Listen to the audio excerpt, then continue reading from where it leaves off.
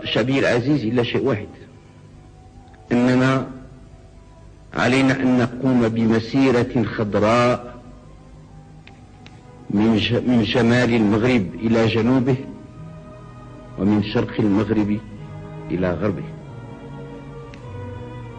علينا شعبي العزيز أن نقوم كرجل واحد بنظام وانتظام لنلتحق بالصحراء ولنصل الرحم مع إخواننا في الصحراء. بسم الله الرحمن الرحيم، والصلاة والسلام على أشرف المرسلين، خير خلق الله عز وجل، نبينا وحبيبنا محمد صلى الله عليه وسلم. أحبائي أعزائي المستمعين عبر فورمة الأوديو MP3، اليوم لن أنشد وأغني، بل سأتحدث وأخاطبكم باسم شعب ودولة تمتد خريطتها من طنجة إلى الكويرة، ويتراوح عدد سكانها حوالي 41 مليون نسمة. دولة تعتبر سيدة القارة السمراء، أعظم دول العرب وألطف دول العرب وأكرم دول العرب وأذكى شعب في شعوب العالم. لا أحتاج لجلب المعطيات لكي أثبت ما أقول، فنحن شعب نطبق ما نقول ولا نقول سوى ما نفعله بالتطبيق. إنها أرض الأسود، إنها أرض الرجال، إنها الأرض التي مر عبر تاريخها الأدارسة والمرابطين والمرينيين والعلويين والعديد من الشرفاء الذين جعلوا صفحات دونت بين أوراق التاريخ لها. نعم أعزائي المستمعين، إنها الدولة التي تجرأت عليها أصغر نقطة في خارطة الشرق الأوسط، نقطة يسمونها بقطر، وإن صح التعبير قطرة من الذهب الأسود الذي يخدم الكيان الصهيوني والولايات المتحدة الأمريكية.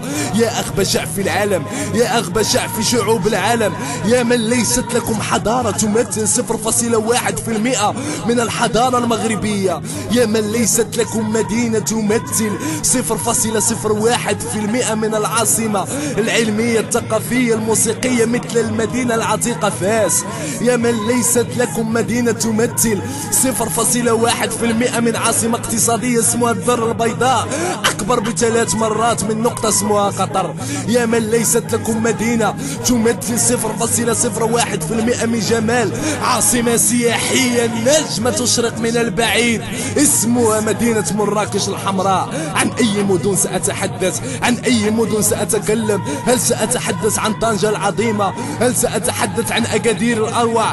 أم سأتحدث عن العيون الأجمل؟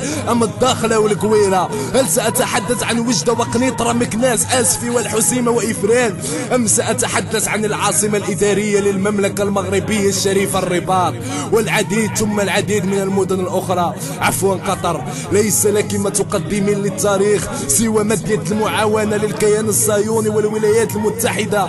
عندما كنت أجول وأتصفح في شبكة الانترنت وجدت صفحة تسمى بقوات الردع المغربية عبر الموقع الاجتماعي فيسبوك أنه أمير قطر تكلم وقال: إذا كان الشعب المغربي ضدي فأنا برميل أهوى التحدي، شجاع لن أقاتلكم وحدي ببساطة لأن إسرائيل بجنبي.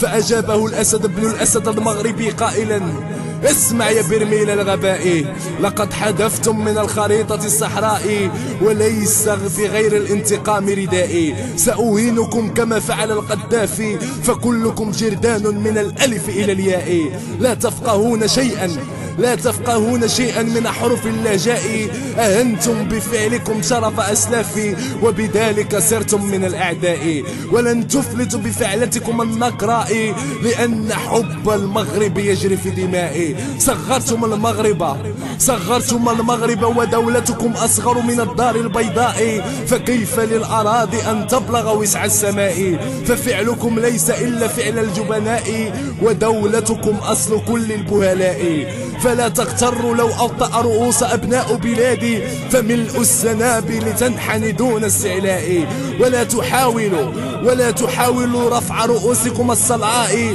فليصدمنكم كعب حدائي. والله على الأسود لما يتكلمون، والله على الأسد ابن الأسد لما يجيب عن القنافذ لما يتجرؤون.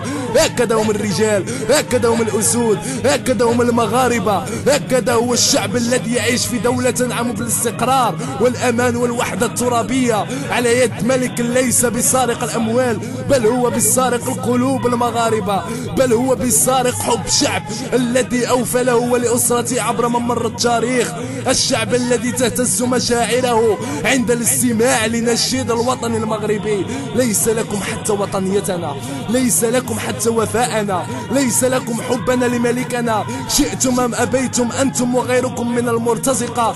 الصحراء مغربية والخريطة المغربية تمتد من طنجة إلى الكويرة، وإن أردتم الدليل فعودوا للوراء، ستجدون مسيرة اسمها المسيرة الخضراء التي قادها رجل ابن الرجال رحمه الله الحسن الثاني مع الشعب، عبارة عن أسود حموا التراب الوطني. نعم أصدقائي الأحباء، أخاطبكم بالطريقة الشوالية لكنها بروح الوطنية المغربية، وإن كانت توجد أخطاء في إملائي، لأن القلب لما يتكلم فللأخطاء الإملائية لا يبالي، وخير الكلام ما قل ودل. والله، الوطن، الملك، والصحراء فوريفر مغربية.